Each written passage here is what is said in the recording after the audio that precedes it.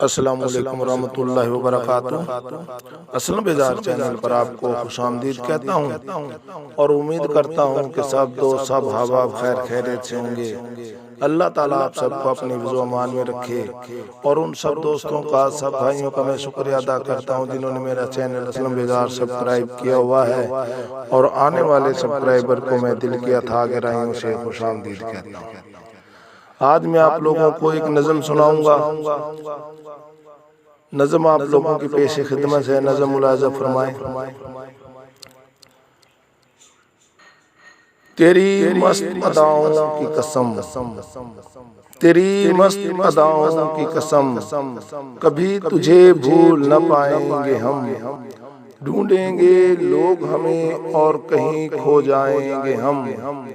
तेरी मस्त अदाओं की कसम, ढूंढेंगे लोग हमें और कहीं खो जाएंगे हम। तेरी आंखों के समंदर में जैसे कोई पुजारी मंदिर में, किसी सनम को पूजते पूजते सर को झुका देता है, दामन को फैला देता है।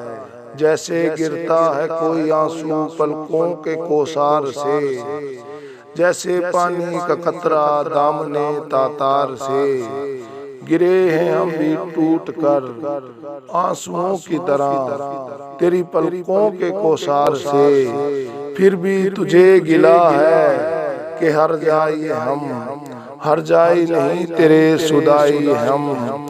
तेरे बगैर एक सांस भी क़यामत से कम नहीं। तू है जहां है और किसी का गम नहीं। तू बुलबुल है मेरे गुलिस्तां की, तू शम्मा है मेरे आशियां की।